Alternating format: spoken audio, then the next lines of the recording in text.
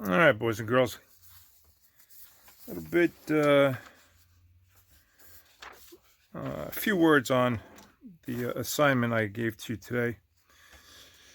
All right, number one, the half-life of Francium 223 is 21 minutes. All right, they tell you you're starting out with a certain number of atoms of francium. We'll get to that in a minute.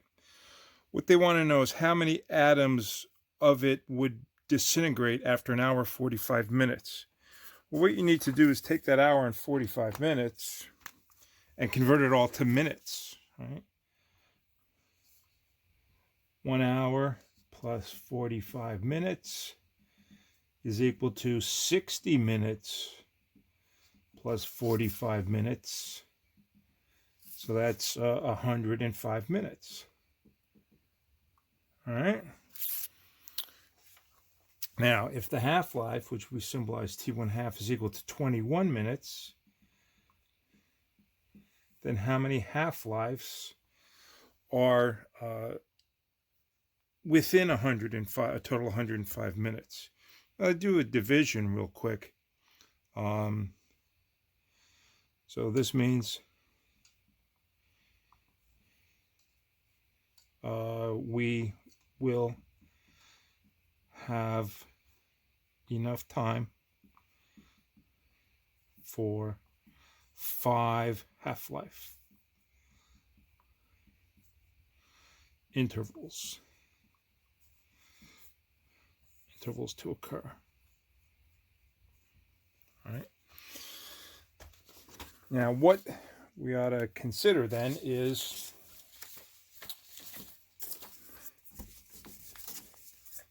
that how many ever francium atoms we have. Let's say that's our Francium 223 sample right here. In 21 minutes, it gets cut in half. Right? That gets one time. In another 21 minutes, it gets cut in half again. All right. That's a fourth of what we started with. Another half-life, it gets cut in half again. That's an eighth. Another half-life, it gets cut in half again. That's a 16th. And then the 5th half-life, it gets cut in half yet again. And that means that 1/32nd remains after 5 half-lives. I had also posted today this set of notes. Right? And if you just read off of this, after 5 half-lives, 1/32nd of the radioactive material is left over. Okay. So let's go back and look at the actual numbers here. If we're starting with 3.2 times 10 to the 18th atoms, and these atoms are radioactive and they decay, half of them disappear every 21 minutes, we want to know how many would disintegrate after an hour and 45 minutes. If we use this number of 1/32nd after 5 half-lives, that is the amount of radioactive material that's still left, that hasn't decayed. We want to know how many atoms have decayed. So think about it. If 1/32nd hasn't decayed, then after 5 half-lives, after 5 T1 halves, let's say 1/32nd of the atoms remain.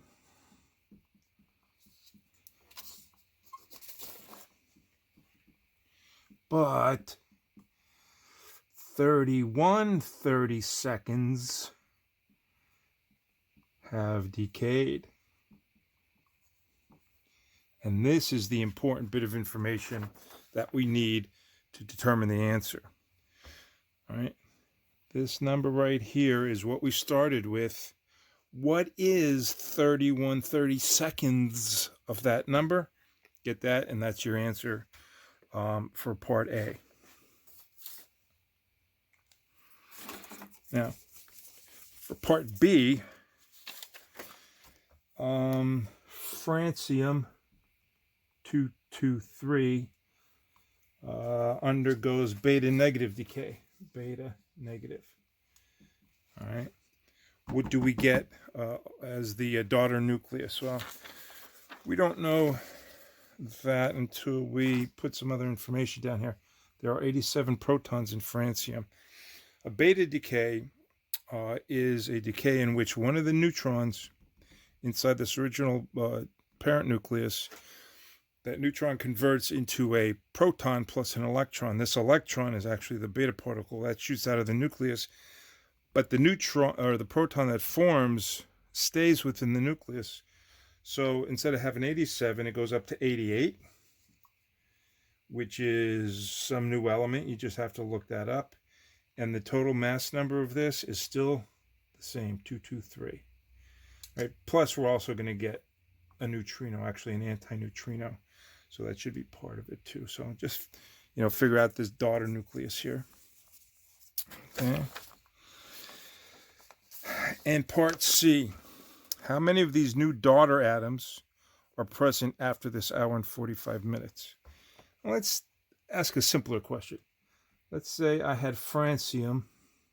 Let's say I had 32 francium atoms. Okay. 1, 2, 3, 4, 5, 6, 7, 8, 9, 10, 11, 12, 13, 14, 15, 16. Let's say I have 32 there.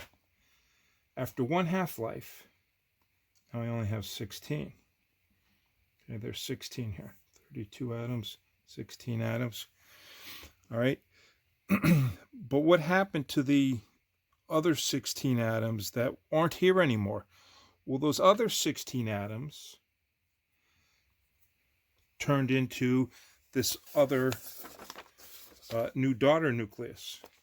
And let me just show those in green. Okay.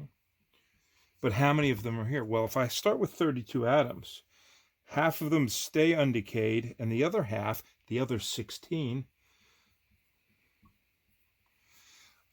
do decay and turn into this new daughter nucleus. Okay. Now, if another half-life goes by, out of this 16, 8 of them will decay. All right. So I'll add another 8 down here. 3, 4, 5, 6, 7, 8. Okay. So let's think about this. After 2 half-lives, the number of atoms of francium that are still here are, let's say I went from 32 to 16, now down to 8. But what has been happening to the daughter nuclei, the new transmutated element that's forming? Well, 16 were formed during the first half-life, plus another 8. So 16 plus 8 would give me 24. So after 2 half-lives, I now have 24 of these new atoms showing up, whereas I only have 8 of the franciums from the original. Notice here that 8 plus 24 gives me 32. And all you have to do is keep following that through